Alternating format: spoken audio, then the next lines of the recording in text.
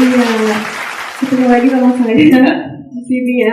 Jadi saya nggak tahu apa ya apa yang mau diomongin gitu ya di depan sini. Jadi yang pertama saya perkenalkan diri dulu lagi. Saya Ibnu Hayati dari program studi biologi tumbuhan. Nah kebetulan tadi disebut saya ketua Forsca Bio 2019 ya, tapi sebenarnya ya hanya belum memaksimalkan potensi sebagai ketua Forsca, tapi mudah-mudahan di sisa waktu yang ada di semester ini bisa dimaksimalkan lagi pekerjaannya di Forsca Bio-nya. Oke, jadi saya bingung mau ngomong apa karena 3 minggu yang lalu itu saya diminta untuk memberikan sharing terkait dengan bidang kajian kita di IPB. Nah kebetulan karena saya orang biologi, kemudian disuruh mengkaitkan dengan Quran dan hadis. Nah itu saya bingung karena biologi itu semuanya terkait dengan Al-Quran dan hadis. Jadi saya bingung harus ngambil bagian yang mana ya gitu. Nah jadi mungkin saya sedikit cerita tentang ini saya saja, fokus peminatan saya. Nah biasanya kalau kita pergi ke pasar atau pergi ke supermarket, kita pasti senang melihat sesuatu itu tertata dengan rapi. Baik itu bentuk buah-buahan yang ditata rapi atau timun dengan timun, semangka dengan semangka gitu ya. Pasti kan cantik kelihatannya kalau disusun dengan rapi seperti ini. Nah, ini adalah suatu hal yang dimiliki oleh semua orang. Jadi hasrat dan keinginan orang untuk menggolong-golongkan sesuatu itu sudah ada dalam dirinya.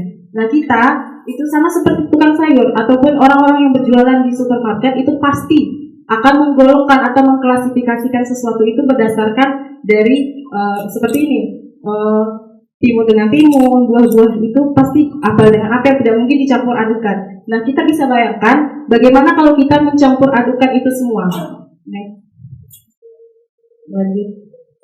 Nah ini sengaja diburamkan karena mungkin tidak pantas dilihat. Karena ketika kita mencampurkan banyak apel kemudian dicampur dengan yang lain, itu akan seperti tumpukan sampah, dan itu tidak enak dipandang, kemudian tidak ada nilai estetikanya juga ya, nilai keindahannya. Nah begitu juga dengan bidang kajian yang saya geluti sekarang. Jadi saya itu menggeluti bidang taksonomi. Mungkin bagi kalian yang pernah mendengar taksonomi, ada yang pernah mendengar tentang taksonomi? Ya, jadi semacam ilmu menggolong-golongkan atau mengklasifikasikan sesuatu makhluk hidup gitu ya. Jadi tumbuhan dengan tumbuhan. Nah itu semua orang ternyata punya kemampuan itu. Hasrat dan keinginan kita untuk menggolong-golongkan sesuatu itu kita punya dalam diri kita. Nah seperti misalnya ketika penjual sayur mengelompokkan timun dengan timun, apel dengan apel dan lain sebagainya, kita juga bisa lihat bagaimana rektor itu menempatkan misalnya fakultas-fakultas prodi-prodi misalnya seperti matematika, fisika itu dalam satu fakultas. Begitu juga dengan ekonomi, bisnis dan lain sebagainya itu dalam satu fakultas yang berbeda. Tidak mungkin kan rektor akan mengelompokkan matematika, fisika, kimia, biologi dengan ekonomi. Nah itu kan tidak berdasarkan jenisnya dan penggolongannya. Maka itu semua orang punya yang namanya skill taksonomi. Dan juga taksonomi sendiri itu adalah ilmu yang pertama kali diajarkan oleh Allah kepada Nabi Adam. Jadi ketika Nabi Adam itu diciptakan, kita tahu kan ya cerita ketika Adam diajarkan nama-nama semua benda-benda. Walaupun kita nggak tahu seperti apa yang tampilan benda-benda itu waktu ketika diajarkan kepada Nabi Adam, tapi kita sudah bisa pastikan bahwa taksonomi itu merupakan ilmu yang sangat penting untuk dipelajari. Jadi selain itu juga, selain taksonomi, ada hal menarik lagi yang saya juga temukan di biologi. Sedikit cerita dulu.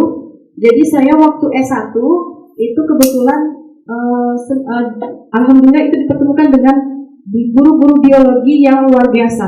Gitu. Jadi membuat saya itu menyenangi pelajaran biologi. Mungkin bagi sebagian orang menganggap bahwa biologi mah hafalan doang gitu. Padahal tidak seperti itu. Karena mungkin berbeda konsep pemahaman dia terhadap hafalan. Karena saya pernah mendengar itu teknik kita menghafal itu ada dua, remembering sama memorizing. Jadi kebanyakan kita itu mungkin sering menganggap harus pakai memorizing. Jadi memorizing itu semacam teknik menghafal dengan misalnya seperti ini. Angka 17081945. Kita disuruh menghafal angka seperti itu kan misalnya. Nah itu butuh banyak sekali memori di otak untuk menghafal angka tersebut. Tapi kalau kita menggunakan teknik remembering, teknik mengikat makna, itu kita bisa tahu bahwa angka 17081945 itu adalah hari kemerdekaan Indonesia. Jadi yang bisa kita ingat dengan kita mengikat makna itu adalah bahwasanya hari kemerdekaan itu. Jadi kita nggak perlu lagi tuh menghafal 17081945 gitu. Nah itu salah satu teknik yang harus kita punya sehingga kalau kita menghafal Al-Quran pun kita nggak perlu hafal banyak tapi kita paham maknanya gitu. Jadi kalaupun misalnya penghafal Quran itu sangat bagus, tapi lebih bagus lagi ketika kita paham apa yang kita baca seperti yang tadi disampaikan juga oleh Bapak Irfan dan teman-teman yang lainnya juga bahwa kita harus paham makna apa yang kita baca itu. Nah seperti itu juga dengan di biologi sendiri. Nah, kebetulan waktu itu saya bertemu dengan dosen yang luar biasa baiknya. Jadi saya itu diikutkan proyek penelitian eksplorasi tentang tanaman liar dan juga tanaman budidaya. Kemudian kita sampai bisa, alhamdulillah bisa membuat satu buku itu tentang mangifera di Sumatera. Jadi mangifera ini adalah kelompok mangga-manggaan. Jadi kalau kalian misalnya tahu kuini, kemudian bacang, kemudian ya mangga yang biasa kita makan, nah itu ada di dalam kelompok mangifera sendiri. Nah itu rencananya pengen menyaingi bukunya si Bapak Kosterman. Jadi Bapak Kosterman ini adalah ahlinya mangga. Jadi tahun 1993 beliau menerbitkan buku tentang mangga dan itu lengkap. Ada 63 jenis mangga dan itu baru jenisnya saja, belum lagi kultivar atau variasi-variasi mangga yang ada gitu ya. Jadi mungkin dengan harapannya nanti buku ini bisa lebih ditingkatkan lagi atau diperbaiki lagi ke depannya seperti itu. Nah ini yang menarik saya kemarin waktu saya pernah buat status di WhatsApp, hal ini yang sangat menarik. Kenapa kemudian saya tertarik dengan taksonomi, dan tidak hanya taksonomi, di biologi itu cabang ilmunya banyak sekali. Nah taksonomi itu hanya satu dari sekian banyak yang saya geluti, dan itu ada di dalam kerangka yang lebih besar lagi namanya sistematika. Jadi di sistematika kita pelajari taksonomi dan juga sejarah evolusinya. Jadi hal itu yang menarik saya, kenapa saya tertarik dengan yang namanya evolusi juga gitu. Nah karena kita tahu bahwa kadang kita menganggap bahwa ketika diberikan satu topik, misalnya kalau evolusi gitu ya, pasti kita mikirnya nggak mau bahas itu lagi gitu. Tapi kita terkadang tidak bisa open minded tentang ilmu yang juga sebenarnya ini sangat penting untuk kita kaji. Karena setelah saya banyak belajar dari dosen-dosen saya, bahwasanya evolusinya adalah benang merahnya biologi. Jadi kalau kita nggak paham tentang evolusi, kita nggak akan bisa menjelaskan tentang apa saja perubahan-perubahan yang akan terjadi di alam semesta ini. Karena kalau berdasarkan ini ayat kun fayakun kan itu ada berapa kali disebutkan di Al-Quran, ada 7 kali kalau nggak salah. Itu kun itu adalah titah Allah pada semesta. Jadi apapun yang terjadi itu Allah sudah atur kan segala ininya. Kemudian fayakun itu adalah bagaimana kemudian semesta itu mengeksekusi dari perintah Allah itu. Nah itu bukan hanya sekejap mata, ada proses panjangnya. Ini nanti yang akan saya lihatkan selanjutnya. Next.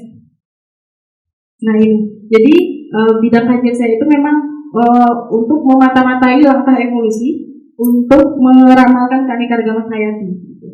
Jadi evolusi itu singkatnya sih perubahan, semuanya pasti ada perubahan gitu. Tidak mungkin kita tidak berubah. Evolusi itu adalah proses yang lekat dengan diri kita sendiri gitu. Nah inilah yang kemudian ingin dibawakan untuk penaksiran kelimpahan dan kepunahan keanekaragaman hayati yang ada sebagai informasi dasar untuk konservasi keanekaragaman hayati. Nah ini tadi dari sekian banyak cabang ilmu biologi, saya memang tertarik itu dengan sistematika, evolusi, taksonomi, dan objeknya itu memang tumbuhan. Karena dari awal dulu memang kita pengen cita-cita jadi dokter, tapi ternyata ketika Allah memberikan kita sesuatu yang tidak sesuai dengan passion kita, yang kan gini, misalnya passion saya pengen jadi dokter gitu, saya pengen jadi ini, saya pengen jadi itu, tapi ketika kita dihadapkan kamu ternyata nggak di situ gitu. Nah sebenarnya kita itu sebenarnya belum tahu passion kita di mana gitu. Nah ketika kita dapat sesuatu yang di luar passion kita, orang yang baik itu dia akan menerima dengan lapang dada. Nah ketika kita bisa menerima itu dengan lapang dada dan berpikir positif bahwasanya oh iya ini yang Allah mau aku jadi seperti ini gitu. Nah ketika kita berpikir seperti itu, maka kemudian kita akan menemukan hal-hal yang luar biasa yang mungkin tidak pernah kita duga akan menghasilkan sesuatu yang luar biasa juga gitu. Nah ini juga yang menarik, kita banyak melihat variasi-variasi tumbuhan dan itu misalnya dibuatkan hibrid baru, kultivar baru, atau jenis-jenis mangga baru, jenis-jenis cabai-cabean baru. Nah itu sebenarnya adalah bahwasanya kita tuh tidak harus merasa sombong dengan apa yang bisa kita lakukan, karena semuanya itu adalah Allah yang menumbuhkan gitu kan. Jadi ketika saya punya cabai jenis baru nih gitu, tapi sebenarnya dia hanya melakukan proses itu, dan kemudian yang menumbuhkannya tetap Allah. Kalau misalnya Allah berkehendak cabainya itu nggak akan jadi seperti itu, mustahil akan muncul cabai yang seperti itu. Nah ini salah satu juga dari kerangka kun fayakunnya Allah gitu di tumbuhan. Kemudian next. Nah ini ingin saya perlihatkan bahwasanya gimana kemudian tanaman budidaya itu kita bisa melihat evolusi itu atau perubahan itu secara singkat. Singkatnya itu dari tanaman budidaya. Karena di tanaman budidaya itu kan kita keinginannya ya, kan keinginan seleksi dan tekanannya itu diberikan oleh manusia. Jadi ketika kita melakukan itu, otomatis perubahan-perubahan yang terjadi itu seolah-olah dipercepat. Nah kita bisa melihat itu di tanaman budidaya, karena sejatinya ketika di alam bebas memang evolusi itu perjalanan yang sangat panjang, hampir mungkin 4 miliar tahun dan lain sebagainya. Nah di tanaman budidaya kita bisa lihat perubahan itu cukup singkat, walaupun mungkin butuh waktu ribuan tahun juga, tapi masih bisa didokumentasikan. Nah seperti misalnya ini, tahu ya itu jeruk Bali, terus kemudian jeruk yang biasa kita makan. Nah itu kan asalnya itu dari hasil persilangan jeruk Bali dengan jeruk Mandarin misalnya, seperti itu. Pokoknya ada persilangan, kemudian ada duplikasi kromosomnya, mungkin nanti anak-anak pemeliharaan atau biotek yang lebih paham itu. Nah itu yang akan menghasilkan variasi-variasi. Nah kenapa kemudian itu muncul variasi-variasi itu? Padahal tuh jeruk Bali besar ya ukurannya, dan kemudian kok bisa sih jadi jeruk yang manis seperti ini gitu misalnya kan. Nah karena itu keinginan manusia kan pengennya yang bagus-bagus ya, jadi yang jelek-jelek itu pasti akan ditinggalkan. Tapi karakter-karakter itu tidak akan diketahui kalau kita nggak tahu jenis-jenis lain dari jeruk itu gitu. Nah begitu juga dengan ini, variasi-variasi buah-buahan, tomat, semangka dan lain sebagainya. Dulu ketika sebelum kita makan pisang yang ada di meja kita sekarang, nah pisang itu kan berbiji ya, tapi kemudian muncul pisang yang nggak berbiji, kemudian bentuknya juga beda dari yang sebelumnya. Itu proses-proses yang dilakukan oleh manusia dengan memberikan tekanan seleksi atau lain sebagainya, atau bisa juga secara alami, dan itu adalah perubahan. Nah perubahan itulah yang dikatakan dengan evolusi. Jadi evolusi itu tidak hanya sekedar perubahan yang apa ya, kalau saya biasa dengar evolusi dibilang ya apa lagi pokoknya konsep evolusi kita itu harus dalam kerangka kun fayakunnya Allah gitu, karena yang menciptakan dan yang membuat semua kerangkanya itu kan ada dalam kerangka kun fayakunnya Allah gitu. Next.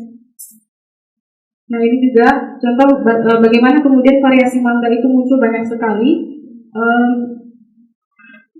yaitu tadi ya hasil dari perubahan-perubahan yang dilakukan oleh manusia untuk kemaslahatannya juga, atau mungkin untuk nilai ekonominya yang ditingkatkan. Next. Nah ini beberapa contoh variasi kultivar mangga di beberapa negara bagian ya, itu di daerah ya di Indonesia itu biasanya kita kenal arum manis, kemudian ada lagi Mangga-mangga yang biasanya nggak kita temukan di sini, itu ada di negara yang lain gitu. Jadi intinya gitu. Jadi dengan adanya ilmu biologi dasar ini, ya jadi tumpuan kita, bagaimana kemudian kita bisa mengkarakterisasi berbagai macam jenis variasi-variasi tumbuhan itu, bukan tanpa alasan kita bisa mengkarakterisasi sesuatu itu pasti ada manfaatnya, karena setiap ilmu itu ada manfaatnya. Gitu. Manfaat yang saya peroleh dari biologi itu sangat banyak. Mungkin kalau teman-teman di bagian manajemen atau statistik dan lainnya itu pasti juga sangat banyak sekali ilmu yang bisa kalian peroleh dan kemudian itu bisa diberikan manfaatnya bagi orang banyak. Dan itu hanya segelintir ilmu yang diberikan oleh Allah kepada kita supaya kita bisa memahami ayatnya, ya kan, yang ujung-ujungnya kita sampai pada ayat bahwa tiada sesuatu diciptakan ini sia-sia gitu. Nah intinya terus kemudian kalau kita menemukan kesulitan, ketika kita menemukan kesulitan dan kok Allah nggak nolong saya sih gitu, kok ini susah sekali gitu ya, kok saya misalnya ya kerja dengan DNA kok DNA-nya nggak keluar gitu ya, kok ininya nggak keluar apa ya, kan kita sering menghadapi permasalahan seperti itu. Nah terkadang permasalahan itu tidak memunculkan pertolongan Allah karena kita itu belum sampai pada titik nol ketika kita memasrahkan diri kita. Jadi mungkin saja kita masih menganggap diri kita itu bisa. Jadi mungkin level kepasrahannya itu masih di tingkat 1, belum sampai 0. Jadi ketika kita itu sudah memasrahkan diri kita sepenuhnya di level 0 untuk minta pertolongan Allah, maka pertolongan itulah yang akan datang. Tapi kalau kita masih menganggap aku masih bisa, level 1 aja, itu pertolongan tidak akan pernah datang. Jadi kita memang benar-benar harus memasrahkan diri kita sepenuhnya sampai level 0, baru kemudian pertolongan Allah itu akan datang dan kemudian kita akan diberikan kemudahan untuk menjalankan aktivitas-aktivitas kita di muka bumi ini.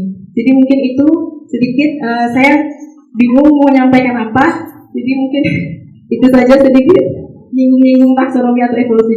Mungkin itu saja. Terima kasih. Assalamualaikum warahmatullahi wabarakatuh.